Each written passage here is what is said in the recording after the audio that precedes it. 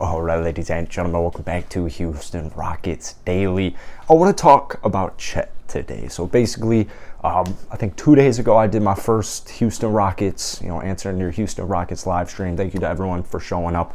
I'm going to be doing that probably 5 days a week. I want to strive for every day like this channel, but sometimes shit happens. So stay tuned. I might go live later tonight, but I'll definitely be, if I don't go live tonight, I'll be live tomorrow. And so, a lot of the stuff we're talking about with the draft lottery being on Tuesday, which I will be live for, so tune on in, is just essentially who do we pick? And so, I kind of actually want to get most of my opinions on, kind of like the top 5, 6, maybe even 7 players that Houston could be targeting, because we don't know, 1 through 5. I mean, we don't really know.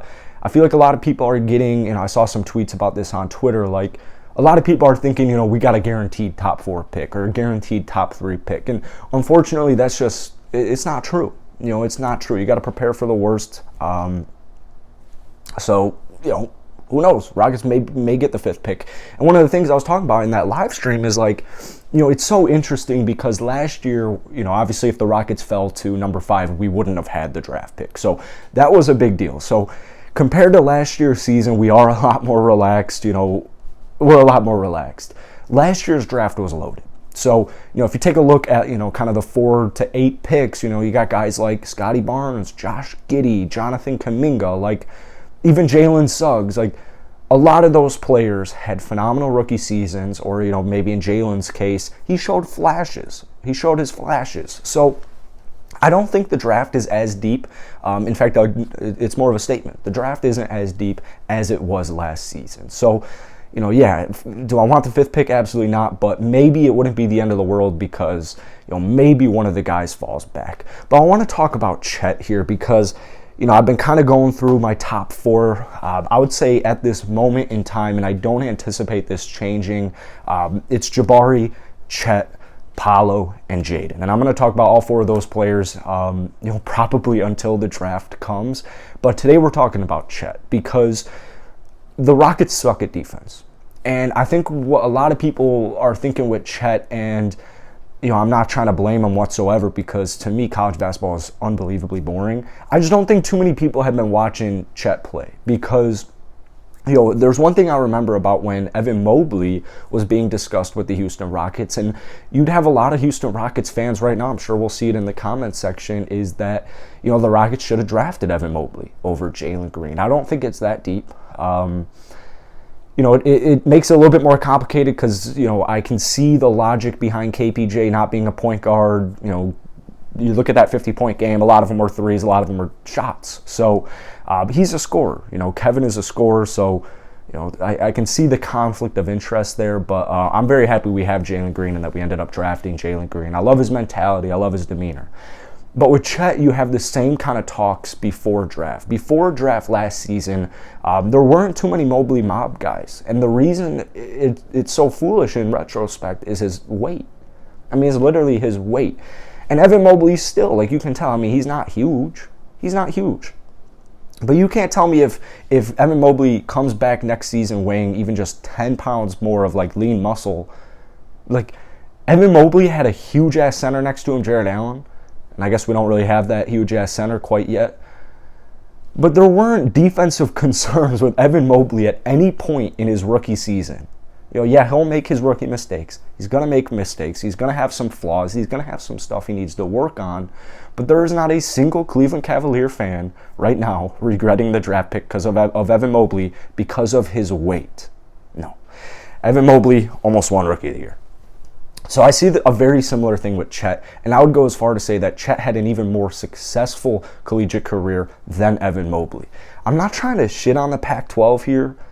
It's not that great a division. Really what you've been seeing, or what I've been seeing is, Chet played nobody. In Gonzaga's conference, you have really solid teams. Like St. Mary's is solid. San Francisco, they're solid, but they don't have they don't have like superstars like Chet. It's a smaller conference, and yeah, there's teams like Pepperdine who are usually kind of just not good at basketball in any way, shape, or form. So they use that argument, and then they look at the NCAA tournament. They're like, he didn't have a good NCAA tournament. Don't draft him. He's a fraud. Well, any player at any level in college basketball is still playing college basketball players.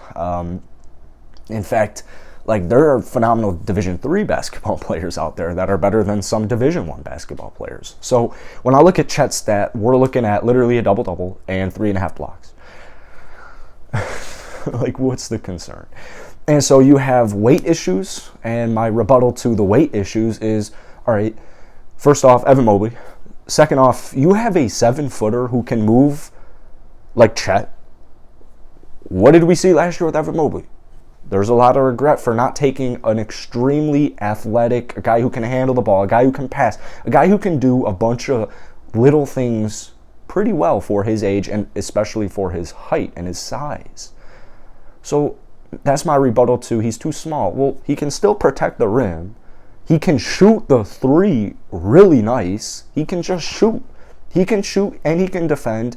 And it's not like he's going to be this size for the rest of his damn life, bro. Like, I guarantee you, if you saw Chet, like a video drops of Chet and he's 10 pounds stronger of lean muscle, you're not going to be worried about his mobileness, his athletic ability. Like, it's just 10 pounds, dude.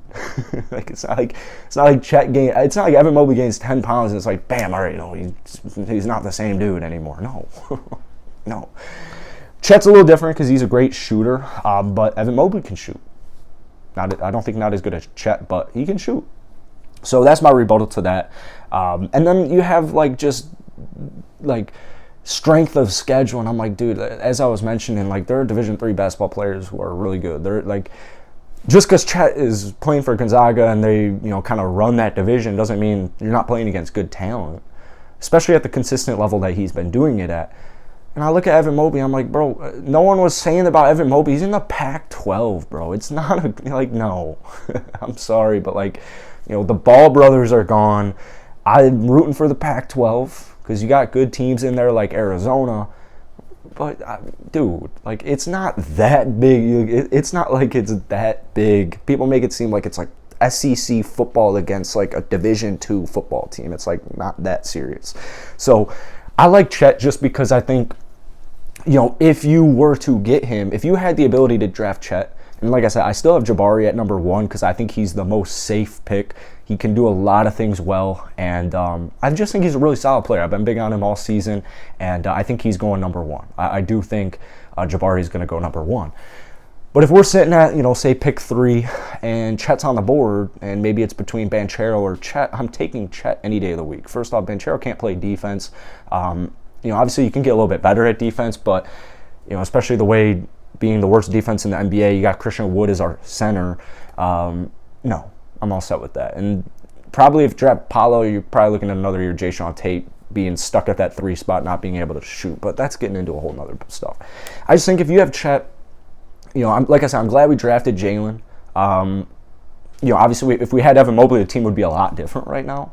Not saying that's for the good or for the bad, but I just think if there's one thing I've learned from last year, it's 7-footers, as my buddy Balin was saying in the stream, it's 7-footers with this kind of athleticism on offense and defense, that skill, they don't grow on trees. They really don't grow on trees. So I look at Chet and I'm like, he's going to gain some weight. I can see defensive issues as a team in general next year just because we have guys who can't really defend. Jalen showed a lot of improvement, but, KPJ, Christian Wood, as far as defense goes, especially if this idiot starts Eric Gordon again, it's, not ideal. But you got to remember, we're not going for the championship next year. We're, trying to get back to relevancy so that we can make a big-time splash in next year's free agent class. So I'm a big Chet guy. He is definitely my pick if we don't have the number 1 pick. And even if we do have the number 1 pick, who knows? Maybe he is the guy. But I'm really curious to see what you guys have to say about Chet down below. So hit that like button, hit that sub button, and drop some comments down below. I'll see you guys later.